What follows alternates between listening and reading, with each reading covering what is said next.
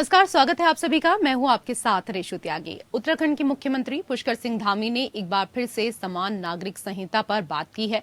CM Dhami ने कहा कि उत्तराखंड सरकार पूरे देश के सामने एक नजीर पेश करेगी, क्योंकि चुनाव के वक्त बीजेपी ने अपने चुनावी घोषणा पत्र में जनता से प्रदेश में समान नागरिक संहिता लागू करने का वादा किया था। उन्होंने कहा कि समान नागरिक संहिता के लिए एक कमेटी बनाई गई है और उस कमेटी ने लगभग अपना काम पूरा कर लिया है। उत्तराखंड में समान नागरिक संहिता लागू कर पूरे देश के सामने एक नजीर पेश की जाएगी। इस दौरान सीएम ने धर्मांतरण और लव जिहाद को लेकर सख्त लहजे में चेतावनी देते हुए कहा कि इस तरह के जो मामले सामने आ रहे हैं उसके लिए पहले ही कड़ा कानून बनाया गया है। जो भी लोग इसमें शामिल हैं और दोषी पाए जाएंगे उनके खिलाफ पुलिस सख्त कार्रवाई करेगी। वहीं विधानसभा अध्यक्ष रितु खंडूरी ने यूसीसी को लेकर सीएम धामी की इस पहल का स्वागत किया है। उन्होंने कहा कि मुख्यमंत्री धामी ने एक अच्छा कदम उठाया है और इसका स्वागत होना चाहिए। आपको बता दें कि विधानसभा अध्यक्ष रितु खंडूरी महिलाओं को सशक्त बनाने के लिए लगातार सकारात्मक पहल कर रही हैं और कई संवेदनशील मामलों को लेकर वो कड़े रुख भी अख्तियार कर रही हैं। किसान चुनाव से पहले देवभूमि उत्तराखंड की जनता के सामने हमने ये संकल्प रखा था कि नई सरकार के गठन होते ही हम समान नागरिक संहिता के लिए कमेटी बनाएंगे। उस कमेटी ने अपना लगभग काम पूरा कर लिया है और उनका ड्राफ्ट पूरा होते ही वो जैसे ही हमको सौंपेंगे हम उस दिशा में आगे बढ़ेंगे और उत्तराखंड का ये मॉडल पूरे भारत का मॉडल बनेगा। मैं बधाई देती हूँ। मैं यूसीसी के फेवर में हूँ और मैं मुख्यमंत्री जी को बधाई देती हूँ कि उन्होंने एक जबरदस्त ये फैसला लिया है। उधर उत्तराखंड के केदारनाथ धाम मंदिर के गर्भगृह में सोने की प्लेटों को पीतल की बताने को लेकर राजनीति देखने को मिल रही है। उत्तर प्रदेश से लेकर उत्तराखंड के राजनीतिक गलियारों में पिछले 2-3 दिनों से मुद्दा छाया हुआ है। इसी बीच बद्रीनाथ केदारनाथ मंदिर समिति के अध्यक्ष ने इसे राजनीतिक षड्यंत्र बताया है। बीकेटीसी के अध्यक्ष अजेंद्र अजय का कहना है कि मंदिर के गर्भगृह को स्वर्ण जड़ित करने वाले दानदाता की श्रद्धा पर सवाल उठाए जा रहे हैं।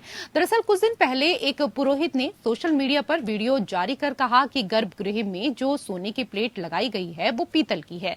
इस वीडियो के बाद राज्य के विपक्षी दलों द्वारा इस मुद्दे पर बड़ी बहस छेड़ दी गई थी। इसको लेकर कांग्रेस के पूर्व विधायक और बद्री केदार मंदिर समिति के पूर्व अध्यक्ष गणेश गोदयाल ने मंदिर के स्वर्ण जड़ित गर्भगृह में सोने की प्लेटों पर शंका जाहिर की। वहीं इस विवाद में अब समाजवादी पार्टी के राष्ट्रीय अध्यक्ष अखिलेश यादव भी कूदते हुए दिखाई दे रहे हैं। अखिलेश यादव ने गर्भगृह में सोने की जगह पीतल की परत लगाने को लेकर सवाल उठाए हैं। इसे आपराधिक मामला बताते हुए सपा अध्यक्ष ने उच्च स्तरीय जांच की मांग की है। बेहद दुर्भाग्य की बात है कि कुछ लोग राजनीतिक स्वार्थों के वशीभूत होकर के एक षड्यंत्र के तहत में श्री केदारनाथ धाम की छवि को धूमिल करने का प्रयास कर रहे हैं। मैं आपके माध्यम से अवगत कराना चाहूँगा कि गत वर्ष महाराष्ट्र के एक दानी महानुभाव ने श्री बद्रीनाथ केदारनाथ मंदिर समिति के समक्ष इच्छा प्रकट की थी कि वो केदारनाथ धाम के गर्भगृह को स्वर्ण मंडित कराना चाहते हैं। बद्रीनाथ केदारनाथ मंदिर समिति ने अपनी बोर्ड बैठक में प्रस्ताव पारित करके उस पर व्यापक विचार विमर्श करके निर्धारित प्रक्रियाओं का पालन करते हुए दानी महानुभाव को केदारनाथ गर्भगृह को स्वर्ण मंडित कराने की अनुमति दी।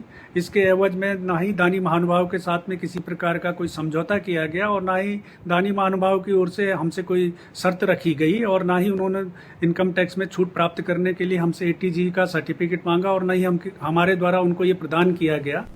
तो केदारनाथ मंदिर के गर्भगृह में लगे सोने की परत पर अब सियासी मोड़ शुरू हो चुका है। इसी बीच केदारनाथ के पूर्व विधायक मनोज रावत ने सरकार से सवाल करते हुए कहा कि क्या टैक्सेशन की कार्रवाई पूरी की गई है? अगर समिति ने प्रस्ताव पास किया तो उसको दिखाए। पहले सोने के मानक कुछ और बताए गए और जब सवाल खड़े होने लगे तो उसके मानक में भी बदलाव कर दिया गया। कांग्रेस नेता ने पूछा कि इस पूरे मामले में समिति का क्या रोल था, समिति के अध्यक्ष का क्या रोल था। पूरे मामले पर जांच होनी चाहिए और सबकी भागीदारी तय की जानी चाहिए। इस दौरान पूर्व विधायक ने इस मामले में धांधली होने का भी आरोप लगाया है।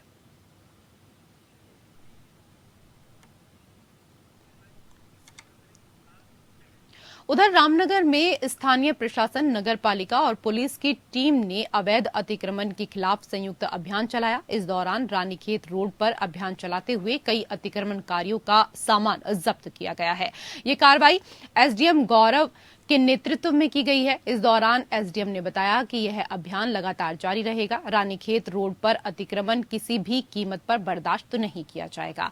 अभियान के दौरान कुछ खोखे स्वामियों ने हाउस टैक्स की रसीद दिखाई, जिसके बाद अधिशासी अधिकारियों ने इस मामले में कार्रवाई और तेज कर दी है। वहीं इस दौरान बलजीत सिंह भाकुनी, अधिशासी अधिकारी नगर पालिका महेंद्र कुमार यादव, नायब तहसीलदार दयाल चंद्र मिश्रा, कोतवाली के एसएसआई अनीस अहमद सहित कई कर्मचारी मौजूद रहे। देखिए, रानीखेत रोड पे काफ़ी क्योंकि ये एक पुराना रोड है और इस पे जो है काफ़ी तरह का इंक्रोचमेंट था, काफ़ी जो थे अवैध ठेले और कुछ सामान पड़ा हुआ था। तो आज वो सारी चीज़ें हमने यहाँ से हटवा दी हैं और ये अभियान लगातार जारी रहेगा ताकि इस सड़क पे जो ये जाम की समस्या है और जो दुर्घटनाओं की समस्या है उससे निजात पाई जा सके। और आज बड़ी खुशी की बात है कि जनता भी हमारे साथ है, शासन भी साथ है और प्रशासन की ओर से, इसलिए जो है जनता और शासन के भावनाओं को ध्यान में रखते हुए आज ये अतिक्रमण हटाया जा रहा है और ये आगे भी जारी रहेगा। सर, एक मामला आया है कि जो खोखे हैं लगे हुए अवैध रूप से, उनको नगर पालिका द्वारा हक पट्टे बनाने का आदेश दिया गया, उनसे भवन कर लिया जा रहा है, उस पर क्या कार्रवाई? उसके लिए उनको हम बता दिया है कि इस तरह के वो ना करें और जो अतिक्रमण मुक्त करने के लिए जो भी जरूरी चीज़ें होंगी उसको वो करें और जिससे अतिक्रमण उत्पन्न होता है उन चीज़ों को वो तत्काल बंद कर दें। उधर शहर में वाहनों के संचालन और प्रदूषण को नियंत्रित करने के लिए देहरादून आरटीओ के द्वारा अनेकों प्रयास किए जा रहे हैं। इसको लेकर आरटीओ के द्वारा ऐसे कई नियम बनाए गए हैं जिससे शहर प्रदूषण और जाम मुक्त हो सके। इसी कड़ी में 10 साल पुराने डीजल संचालित वाहनों को बंद करने को लेकर चर्चा हुई थी, लेकिन वाहन संचालकों की नाराजगी की वजह से इसे लागू नहीं किया जा सका। वहीं आगामी 20 जून को आरटीओ एक बैठक करने जा रहा है जिसमें तमाम अधिकारी मौजूद रहेंगे। इस मुद्दे पर संभागीय प्रवर्तन अधिकारी शैलेश तिवारी ने कहा कि इस बैठक में विक्रम सिटी बस और परमिट संबंधी मुद्दों को लेकर चर्चा की जाएगी।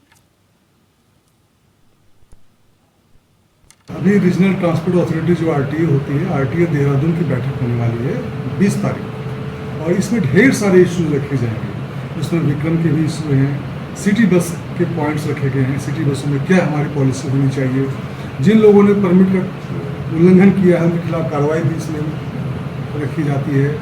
तो ओवरऑल 20 तारीख को एक बड़ी बैठक है आरटीए देहरादून की और इसमें कई पॉलिसी डिसीजंस ट्रांसपोर्ट के बारे में लिए गए। उधर उत्तराखंड कांग्रेस में प्रभारी बदलने को लेकर चर्चा तेज हो चली है। हालांकि प्रदेश के कई नेता प्रभारी बदलने की खबर पुष्टि भी कर चुके हैं। इसी बीच कांग्रेस के प्रदेश अध्यक्ष करण माहरा ने कहा कि उनका कार्यकाल खत्म होने जा रहा है। ऐसे में केंद्रीय नेतृत्व क्या निर्णय लेता है, ये देखने वाली बात होगी। वहीं कांग्रेस के पूर्व प्रदेश अध्यक्ष गणेश गोदयाल ने कहा कि परिवर्तन प्रकृति का नियम है। पहले भी कोई और प्रभारी था, अगर अब भी कोई नए प्रभारी आते हैं तो हम इसका स्वागत करेंगे। मैं इस बात के लिए अधिकृत व्यक्ति नहीं हूं कि मैं इस पर कुछ कहूं कि प्रभारी कोई नए आ रहे हैं, यही रहेंगे। ये कांग्रेस हाईकमान का वो है, जुरिडिक्शन है, उनका क्षेत्र है कि वो इस पर निर्णय लें कि क्या होना चाहिए। वैसे जनरली मैं ये बात कहना चाहता हूं कि परिवर्तन संसार का नियम है, प्रकृति का नियम है। पहले कोई और प्रभारी थे, आज कोई और हैं, कल कोई और रहेंगे। तो ये साधारण बात है कि ये चलते रहता है। तो अगर ऐसा होता है तो आपको भी मुझे भी सेम टाइम पता चलेगा वहां क्या चल रहा है, क्या नहीं चल रहा है, इस बारे में मेरी कोई जानकारी। रामनगर में जहां एक तरफ अवैध खनन को लेकर लगातार वन विभाग टीम की चर्चा हो रही है, तो वहीं दूसरी तरफ वन माफियाओं द्वारा वन कर्मचारियों के साथ मारपीट भी आम बात हो गई है। इसी बीच तराई पश्चिमी वन प्रभाग में लकड़ी तस्करों और वन कर्मचारियों के साथ मारपीट की घटना सामने आई है। इस दौरान लकड़ी तस्करों ने वन निगम कर्मचारियों के अलावा निगम ठेकेदार के साथ और तराई पश्चिमी वन विभाग के वीट वाचर के साथ मारपीट की है। इस मारपीट के बाद तस्करों ने लकड़ी से भरी एक ट्रैक्टर ट्रॉली जबरन लूटकर वो ले गए, जिससे आसपास के लोगों में दहशत का माहौल बना हुआ है। घटना के बारे में तराई पश्चिमी वन प्रभाग के डीएफओ प्रकाश चंद्र आर्य ने बताया कि लकड़ी का स्कोर द्वारा इस क्षेत्र में शनिवार को भी इस प्रकार की घटना की गई, जब वन निगम कर्मचारी कटी लकड़ी को लेने वाहन से जा रहे थे। इस दौरान तस्करों द्वारा रास्ते में कीलें लगा दी गई, जिससे कई वाहन पंचर हो गए। इसके अलावा रविवार की रात फिर लकड़ी तस्करों ने वन निगम वन विभाग के कर्मचारियों पर हमला बोल दिया, जिससे विभाग का एक कर्मचारी घायल हो गया। इस मामले में पुलिस को तहरीर दी गई है, लेकिन निगम द्वारा अभी तक आरोपियों के खिलाफ न तो कोई तहरीर दी गई और न ही कोई कार्रवाई की गई। ये ज्वालावन में जो वन निगम की लॉट चल रही है, लॉट नंबर 5 है, जिसमें कि यूकलिप्टिस का पातन हो रहा था। तो उस वाली लॉट पे कल रात में सूचना मिली कि कुछ लोग जो है आसपास के गांव के कुछ लोग इकट्ठे हुए और वन निगम की लॉट से जो उन्होंने इकट्ठा करके रखी हुई थी लकड़ी और उसको सुबह निकासी होनी थी जिसकी, वो उसमें से एक ट्रैक्टर ट्रॉली को लेकर के गए और वन निगम के स्टाफ के साथ मारपीट की और उनके साथ गाली गलौज अभद्र व्यवहार किया। तभी हमारे फॉरेस्ट की टीम को उनके द्वारा सूचना दी गई, तो फॉरेस्ट की टीम पहुंची तो उन्होंने उनको रोकने की कोशिश की और तो उनके साथ भी झगड़ा हुआ हमारे स्टाफ के साथ में। तो उनमें से हमारे स्टाफ ने उनके पास जो बंदूक थी एक बंदूक छीन ली और वो बंदूक फिर बाद में उसके बाद पुलिस को 112 में भी सूचना दी गई, पुलिस आई तो उसके बाद वो बंदूक उन्होंने पुलिस को सौंप दी। उधर उत्तराखंड में अतिक्रमण को लेकर प्रदेश सरकार का अभियान जारी है। इसी के तहत अभी तक 700 से ज्यादा अवैध धार्मिक स्थलों को ध्वस्त किया जा चुका है। वहीं प्रदेश सरकार के इस अभियान को लेकर जहां विपक्ष प्रदेश सरकार के ऊपर हमलावर है, तो दूसरी तरफ नसीरुद्दीन चिश्ती गद्दी नशीन दरगाह अजमेर शरीफ का साथ प्रदेश सरकार को मिला है। इसको लेकर एक मुस्लिम प्रतिनिधि मंडल ने मुख्यमंत्री पुष्कर सिंह धामी से बातचीत की। इस दौरान इस प्रतिनिधि मंडल ने सीएम धामी से अवैध निर्माणों के ध्वस्तीकरण को लेकर चर्चा की। इसके बाद प्रतिनिधि मंडल ने बताया कि सीएम धामी से हमारी काफी देर तक बात हुई है, जिसके बाद सीएम धामी की कार्रवाई को लेकर हम संतुष्ट हैं। उन्होंने बताया कि ये कार्रवाई सिर्फ अवैध मजारों को लेकर नहीं चलाई जा रही है, बल्कि उन सभी अवैध निर्माणों को लेकर चलाई जा रही है जो सरकारी जमीन पर बने हुए हैं। उसके लिए जो हमारी चर्चा हुई माननीय मुख्यमंत्री जी से, पहली बात तो ये कि सिर्फ हम अखबार में और मीडिया में बात आती है मजार नहीं, जो भी धार्मिक स्थल मैंने जो मालूमात करी है माननीय मुख्यमंत्री जी खुद से सुना कि कई धार्मिक स्थल तोड़े गए, उसमें मजार भी हैं, मंदिर भी हैं, गुरुद्वारे भी हैं, चर्च भी हैं। अगर किसी ने कोई अतिक्रमण कर रखा है और गैर कानूनी तरीके से कुछ किया गया तो वो तोड़ा जाएगा। लेकिन माननीय मुख्यमंत्री जी ने ये श्योर किया, उन्होंने बताया भी, एक दो मिसाल भी दी उन्होंने कि एक दो मजार ऐसे थे जिसकी तस्दीक की गई कि नहीं वो बहुत पुराने हैं और सही तरीके से हैं, तो उनको इंटैक्ट भी किया गया है, उनको रोका भी गया है। तो मीडिया के माध्यम से प्रॉपर न्यूज जानकारी दें। हमारा मानना यह है कि सोशल मीडिया बहुत गलत इस वक्त इस्तेमाल गलत हाथों में जा चुकी है, उसका दुरुपयोग हो रहा है। जूझ रहा था। इसी बीच उत्तराखंड में भी हीट वेव का खासा प्रभाव देखने को मिल रहा था। पिछले कुछ दिनों से लगातार प्रदेश में हीट वेव चल रही थी। हालांकि प्रदेश में मौसम ने करवट बदली है। इस दौरान प्रदेश में बूंदाबांदी बारिश से राहत मिलती हुई दिखाई दे रही है। अचानक से बदलते इस मौसम को देखते हुए हमारे संवाददाता योगेश सेमवाल ने लोगों से बातचीत की। चल रही है और हीट वेव की वजह से कई लोगों की मौत भी हो गई है। वहीं जब हम उत्तराखंड की बात करते हैं तो फिलहाल उत्तराखंड में इससे थोड़ी राहत देखने के लिए जरूर मिल रही है। आप देख सकते हैं कि मौसम अब इस तरह का बनता हुआ नजर आ रहा है जैसे कुछ समय बाद जो है बरसात हो सकती है। फिलहाल अगर बात करें तो जो मौसम केंद्र है देहरादून का, वहां के निदेशक ने एक विज्ञप्ति भी जारी की। उन्होंने बताया कि 18, 19 और 20 तारीख को प्रदेश में बारिश हो सकती है। दूसरी तरफ अगर हम बात करें तो जो हीट वेव थी वो भी यहाँ पर बहुत ज्यादा थी। अभी दिन तक जो है बहुत गर्म मौसम था, पारा 40 के पास भी पहुंच रहा है और इसकी वजह से काफी दिक्कतें आम लोगों को हो रही हैं। लेकिन फिलहाल जिस तरह से मौसम जो केंद्र देहरादून के निदेशक है उन्होंने बताया कि इससे थोड़ी राहत मिलेगी, तो वो राहत मिलती नजर आ रही है क्योंकि मौसम इस तरह का बन चुका है कि जो कभी भी बरस सकता है। और खासतौर पर जब हम बात करें पहाड़ी क्षेत्रों की, क्योंकि उत्तराखंड में पहाड़ी क्षेत्रों की बात की जाती है, तो वहां पर मौसम काफी सुहाना बन चुका है। कई जगह बरसात हो रही है और जो बहुत ज्यादा हाई एरिया है वहां पर बर्फबारी की संभावना भी जताई जा रही है। खासतौर पर अगर बात करें केदारनाथ की, बद्रीनाथ की, तो वहां पर भी बरसात की संभावना है। साथ ही बरसात के साथ ही बर्फबारी की पूरी संभावना वहां पर जताई गई है कि बर्फबारी भी केदारनाथ में होगी। और जिस तरह से हम लगातार बता रहे हैं कि जो गर्मी से राहत है, तो वो फिलहाल राहत यहाँ पर मिलती नजर आ रही है। मेरे सहयोगी धर्मेंद्र के साथ योगेश सेमवाल, एपीएन न्यूज, देहरादून। उधर पिछले कुछ दिनों में बाबा केदारनाथ के कई सारे वीडियो वायरल हुए हैं। इसी बीच सोशल मीडिया पर एक और वीडियो तेजी के साथ वायरल हो रहा है, जिसमें एक महिला को बाबा के गर्भगृह के अंदर पैसे उड़ाते हुए देखा जा सकता है। सोशल मीडिया पर वायरल इस वीडियो से बढ़ते विवाद को देख बद्री केदार मंदिर समिति के अध्यक्ष द्वारा एक प्रेस नोट जारी किया गया है। इस दौरान इस वीडियो पर नाराजगी दर्ज करते हुए उन्होंने अधिकारियों को तलब किया है। तो तस्वीरें आप देख सकते हैं कि किस तरीके से गर्भगृह में नोटों की बारिश की जा रही है। ये महिला गर्भगृह के भीतर पैसे उड़ा रही है, जबकि यहां पर अंदर मोबाइल ले जाना तक वर्जित है। ये वीडियो लगातार अब सोशल मीडिया पर वायरल हो रहा है। उधर पौड़ी के ग्रामीण क्षेत्रों में चोरों के हौसले इतने बुलंद हो गए हैं कि चोर पुलिस जवान समेत सभी अधिकारियों के बंद पड़े घरों के ताले तोड़कर चोरी की घटना को अंजाम दे रहे हैं। हालिया घटना कलजी खाल ब्लॉक की है, जहां चोरों ने मनियारस्यू क्षेत्र के गांव में 3 अलग अलग घरों में चोरी की घटना को अंजाम दिया है। इस बारे में जानकारी देते हुए ग्रामीणों ने बताया कि 3 अलग अलग घरों के ताले तोड़कर चोरी की घटना को अंजाम दिया गया। इस दौरान चांदी के बर्तनों के साथ आभूषणों पर भी चोरों ने हाथ साफ कर दिया।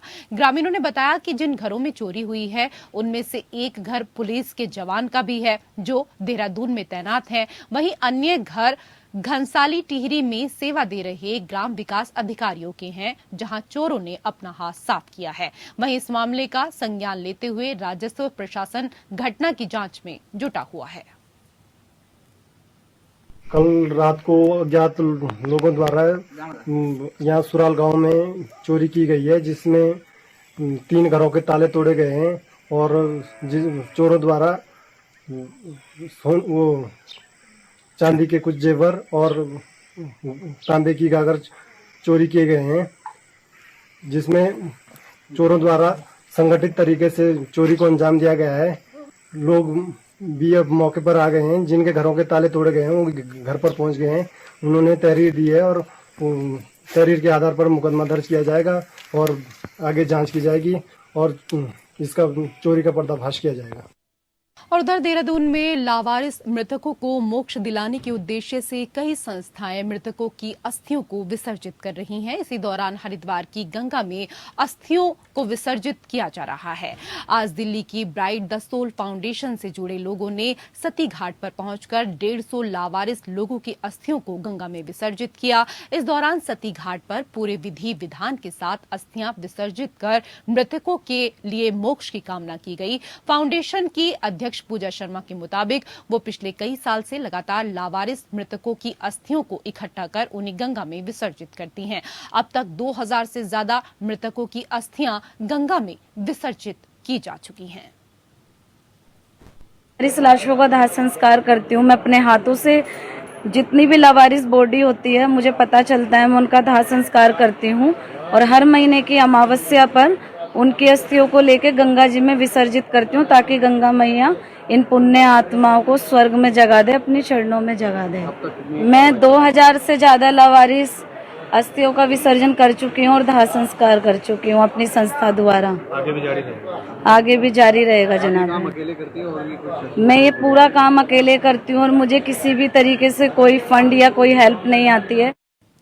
उधर प्रदेश में चल रही चारधाम यात्रा और आगामी कांवड़ यात्रा को देखते हुए उत्तराखंड प्रशासन पूरी तरीके से मुस्तैद नजर आ रहा है। इसको लेकर जिला एसपी को चौकन्ना रहने के निर्देश जारी किए गए हैं। कुछ दिन पहले सोनप्रयाग में श्रद्धालु के साथ घोड़ा खच्चर संघ के लोगों की मारपीट की घटना भी देखने को मिली थी, जिसको लेकर प्रदेश की कानून व्यवस्था पर खासा ध्यान दिया जा रहा है। वहीं एडीजी कानून व्यवस्था डॉक्टर वी मुरुगेशन ने कहा कि सभी जिलों के एसपी को निर्देशित किया गया है कि वो सोशल मीडिया और ह्यूमन ग्राउंड पर सतर्क और सजग रहें। जहां से भी इस तरह की सूचनाएं आती हैं तो वो वहां मौके पर पहुंचकर तत्काल रूप से वैधानिक कार्रवाई करें। इस दौरान उन्होंने कहा कि सोनप्रयाग में हुई मारपीट के मामले में कानूनी कार्रवाई करते हुए आरोपियों को गिरफ्तार कर लिया गया है। पुलिस प्रशासन तो सभी डिस्ट्रिक्ट एसपीज को निर्देश दी गई है कि वो सतर्क रहें, अलर्ट रहें, सोशल मीडिया हो, ग्राउंड पे हो, कहाँ पे भी ऐसे ही सूचनाएं आती हैं तत्काल वहाँ मौके पहुंचे और जो वैधानिक कार्रवाई करना वो तत्काल करें। ये ऑलरेडी डायरेक्शंस है, जैसे आप कह रहे हैं रुद्रप्रयाग वाला, उस पर भी मुकदमा लिख गए हैं और जो अक्यूज्ड थे वो अरेस्ट भी हो गए। उधर मसूरी माल रोड के सुधारीकरण के कार्य को लेकर मसूरी व्यापार मंडल अध्यक्ष रजत अग्रवाल ने बताया कि लोक निर्माण विभाग द्वारा माल रोड के सुधारीकरण का कार्य किया जा रहा है, इसे जल्द पूरा भी कर लिया जाएगा। हालांकि मंडल अध्यक्ष के बयानों के इतर देखें तो ज्यादा समय बीत जाने के बाद भी अब इस कार्य को पूरा नहीं किया गया है, जिससे माल रोड पर चलने से जहां पर्यटक चोटिल हो रहे हैं तो वहीं बारिश होने के बाद जलभराव की स्थिति पैदा हो जा रही है। इसको लेकर लोगों ने कई बार धरना प्रदर्शन भी किया। इसके अलावा सड़क किनारे खोदी गई फुटपाथ से व्यापारियों को ज्यादा नुकसान झेलना पड़ रहा है। साथ ही इस सुधारीकरण से पर्यटकों को आवाजाही में भारी परेशानियों का सामना करना पड़ रहा है। उत्तराखंड की खबरों में मेरे साथ फिलहाल इतना ही। नमस्कार।